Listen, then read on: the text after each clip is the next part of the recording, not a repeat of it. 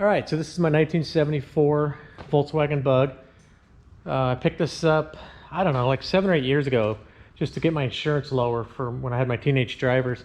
My buddy, who was my insurance agent, he told me, just buy an old piece of junk, park it in the back, put your kids on it for insurance, and it'll lower your insurance costs. So I paid like 250 bucks for this thing. It barely ran, 1600, stock trans, stock suspension, and everything. I brought it home, put it on the insurance, and it saved me $600 right off the bat on the first year. So it was a good investment right there. Then I got the 1600 run in, did some stuff to it, put some off-road tires on it. It came with this roll cage. The roll cage was, it's not really a roll cage, it's like one of those fake ones, but I mean, it is something. It was just laying in here, it wasn't even bolted down. It was just fun to buzz around in. We used to take it geocaching or take it trail riding. But then I got kind of crazy with it. So my neighbor's kid had a 2004, I guess, RX-8. I think it's 2004, I forget the year. And it had bad apex seals in it.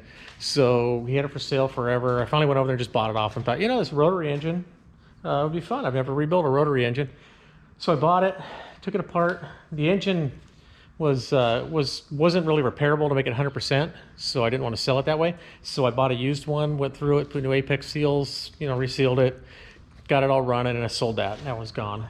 And then I had that extra engine laying around, and I thought, I want to put that in my Bug, because there's a lot of things you can do to a Bug. A lot of guys are doing Subaru engines. A lot of guys are, there's different things you can do. So I ended up just rebuilding that engine. I sent the rotor housings down to Goopy Performance in New York, and he repaired them as good as he could. They weren't 100%. New apex seals, all that stuff, rebuilt it, and then I stuck it in here. And you can see it sitting there. It's a beautiful, small little engine. The biggest thing about it is the intake plenum on top. If it didn't have that, this thing would be so small. I can pick the engine up and stick it in there just about. That's how light it is. So I started off, getting the engine ready, and then I found a Kennedy adapter plate, and it was a used one. So I got the adapter plate and the flywheel for like 250 bucks. At the time they were 500 for a new one. I bought that, put the engine in. I had a smaller radiator on it at first. I kind of just worked it out, putting it in. I really didn't have a plan. And then I bought from a wrecking yard, I bought the engine harness and the computer from an RX-8. Hooked it up as much as I needed to hook up, and then I found out you can't do that. That RX-8 engine, or the 13B out of an RX-8, it needs everything hooked up. That harness and that computer controls the whole car. And without everything hooked up, it doesn't work. So I ended up buying a Haltech computer for it. I did a little research, found the computer I needed for it, and I got this Haltech computer right here. Bought it from a guy named Nelson.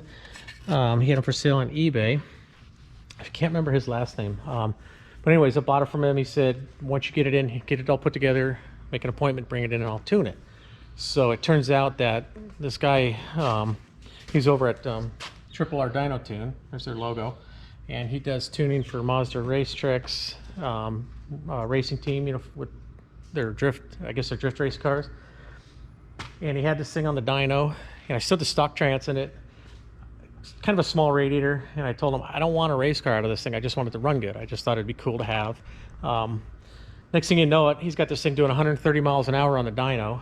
At 100 miles an hour, we had 165 horsepower at the rear wheels, and this thing's just screaming in there. I'm like, great, this thing is freaking fast.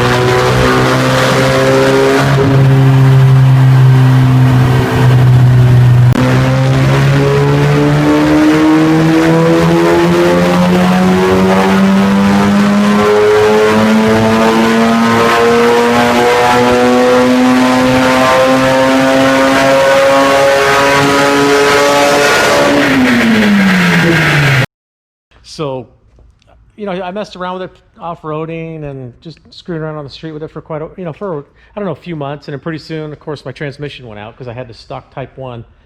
And, you know, just can't handle the RPMs because this thing was dynoed to run up to, to run at 9,500 RPM. So you can get this thing just screaming. You get up to 6,000 RPM, you feel like you're up there already. And then you just push the pedal down some more and you just keep going and keep going and keep going. And then you're up to 9,000 and this thing's just screaming like a striped ape. So then I started doing some other stuff to it. When it was with the stock engine, I'd put disc brakes on the front just to help it stop better. Once I got this rotary in there, I put disc brakes in the back as well, because it needed it to be able to stop. And this thing stops great. I put 3x3 suspension on the rear. I put the bigger CVs. I think it's a 930 CVs, I think is what they are, and the bigger shafts. I went with a you know, better torsion bar inside there. I don't remember all the details. It's been like 5-6 years, and this is the only bug I've ever built, so I don't remember all this stuff. I just worked it out as I was building it. Put a bigger radiator. I put a radiator from a, I think it's an RX3, and it's a 4-core, 3-pass. So as the coolant goes in the top, it's got to pass 3 times on its way down and going through 4 cores, and that keeps it really cool. I have no overheating problems at all. I'll be out in the desert in the summer running this thing and it won't overheat. And I also put a cooler on the engine oil cooler. I put a fan on that too, because the oil cooling on these Mazdas, it accounts for, I forget, it's like 30 or 40% of the cooling. It's a lot of the cooling. And if you ever do this, when I first did it, I just used clamped on hoses. They don't do that. The oil pressure in this thing is crazy. I blew one of the hoses off out in the desert one day.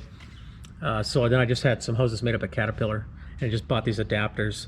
I went, I think it's an O-ring face adapter to this, I forget the thread on this too. It's some weird thread where the seal's built on the washer. I was able to find adapters, and I just ran the cooling lines right up to the cooler with, you know, with these crimped on hoses, and I haven't had a problem since I did that. Gosh, what else have I done to this thing? Oh yeah, well anyways, but after I wiped out that transmission, a buddy of mine, Quentin, had a Type 3 bus trans just sitting around in his backyard. So that, and he had a cut and turn front end. So I forget the deal we made. We made some kind of a deal, and I ended up with the cut and turn front end, which, you know, lifted it up a little bit. And then I put all new bushings and stuff too. I rebuilt, and new springs. I rebuilt the front end when I did it, all new ball joints. So I didn't want any problems with the suspension up front.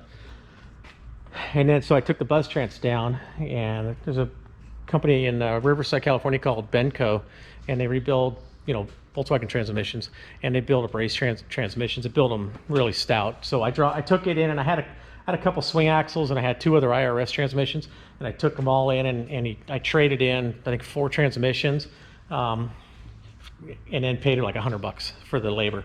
And he built this thing up, and he guaranteed it. He said, "You're not going to break this thing." He knew what I was putting it in. He knew what I had. And then I also had the adapter kit for that 3-rib bus trans, because they'll sit in there a little different, but they come with this adapter kit so that it changes the angle of the transmission so that you can still use the stock shift rod that's inside of the tunnel, because otherwise you'd have to take, see I still have the stock shifter in here, otherwise you'd have to add a shift rod to the top of the tunnel and make a new hole back there for it. But with that adapter kit, I didn't have to do that. All right, it's starting to get a little dark. It's kind of hard to see in here, but if you can see the exhaust here, I started off with just a stock exhaust. I cut it off, and then I put a 180-degree bend in here, and I welded a V-band clamp, or V-clamp band, V-band clamp, whatever, onto it so I could take the muffler off and change it out. Because I've got this muffler on here, which is, it's somewhat of a muffler. I mean, you can see straight through it, but it does help. And I welded a flange on the back for a spark arrestor. When I ride in the fire roads or up in the forest, I put a spark arrestor on here. It bolts right on the flange. And they come with, I think, 10 discs, but I had to buy 10 more, and I run 20 discs on that thing. So it sticks out about this far. And because this thing moves so much air through it, you have to have that many, and you can still feel it's corking a little bit, but at least that way I'm legal, and don't have to worry about starting a fire, because I've had flames shooting 2 foot out of the back of this thing. Under the right conditions, you can get it to pop a really good flame. And then when you want to get really loud, I've got this resonator. I put a flange on there to clamp it on, and it's I mean, it's straight through, but it is a resonator, so it adds a little more noise to it. And with this thing on there, it is just absolutely loud.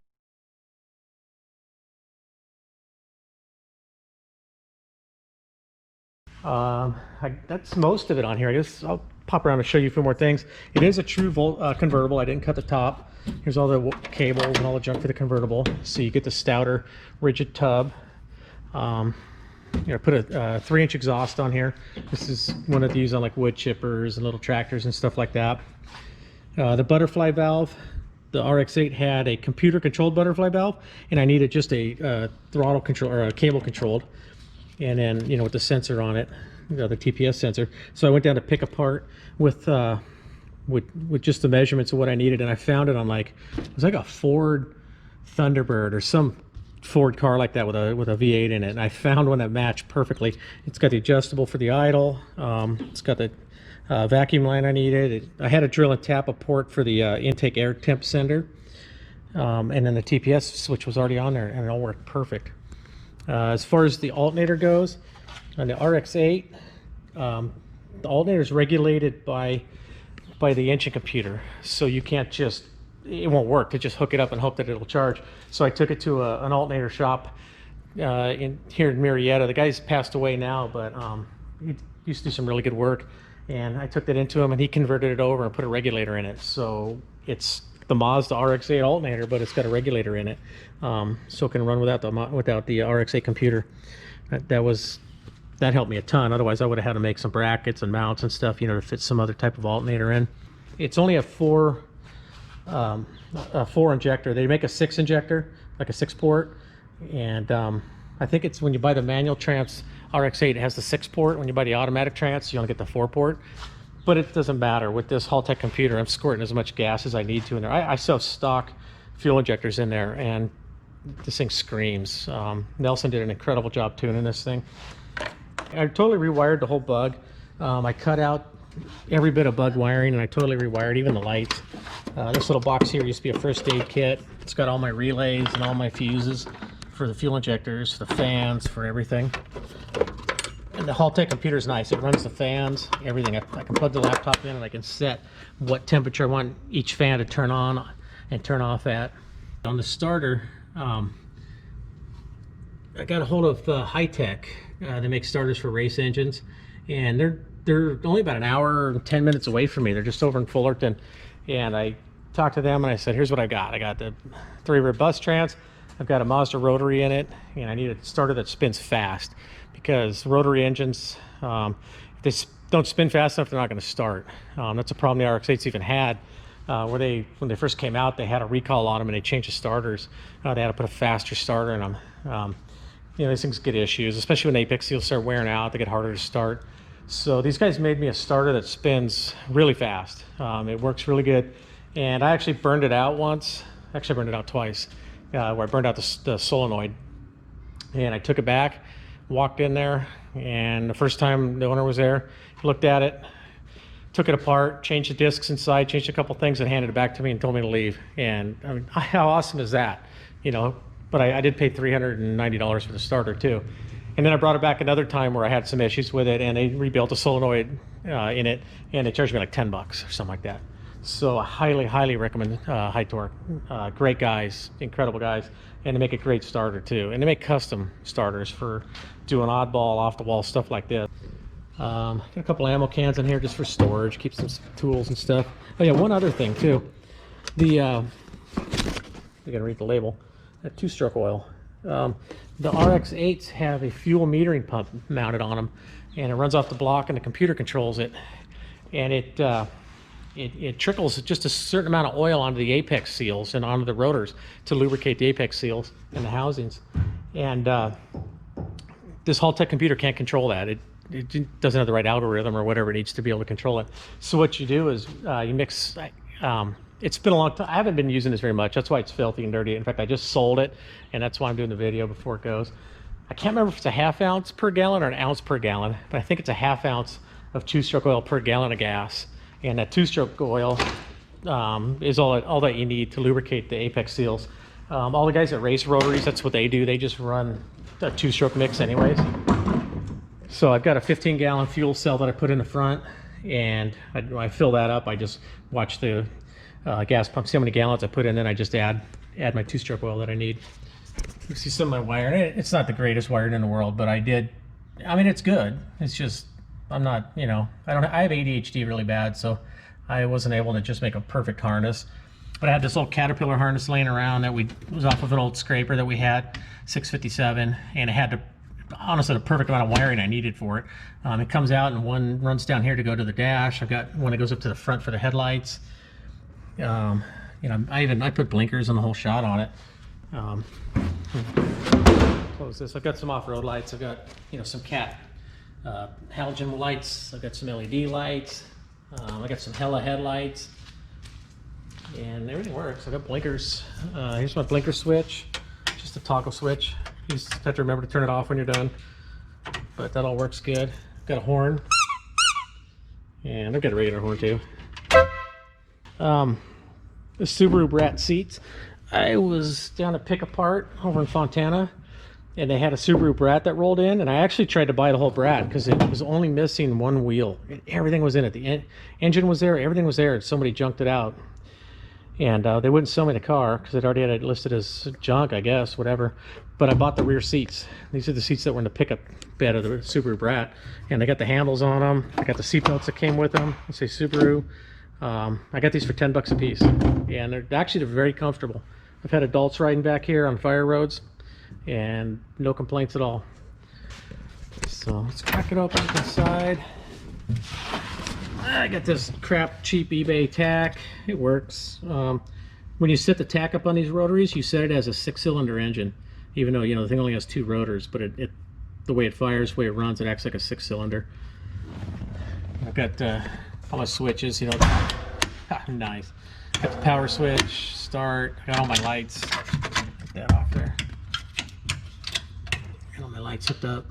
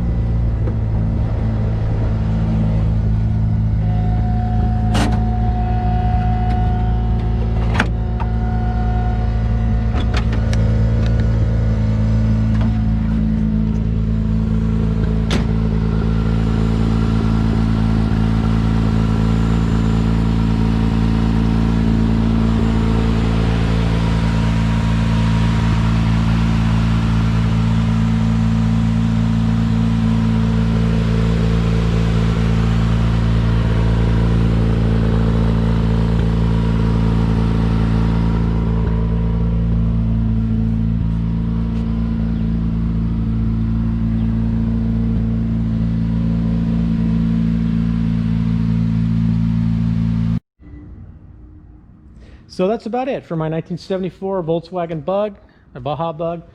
Thank you for watching. Please hit the like button, hit the subscribe button, hit the notification bell, share with a friend, see if I can get some more likes on this thing, see if I can get some more subscribers going. Really appreciate it. Whenever you guys encourage me and stuff like that through comments and through hitting the like button and stuff, helps me keep going and helps me want to make another video. So if you like these videos, please subscribe and please hit that like button. I really do appreciate it. Thanks.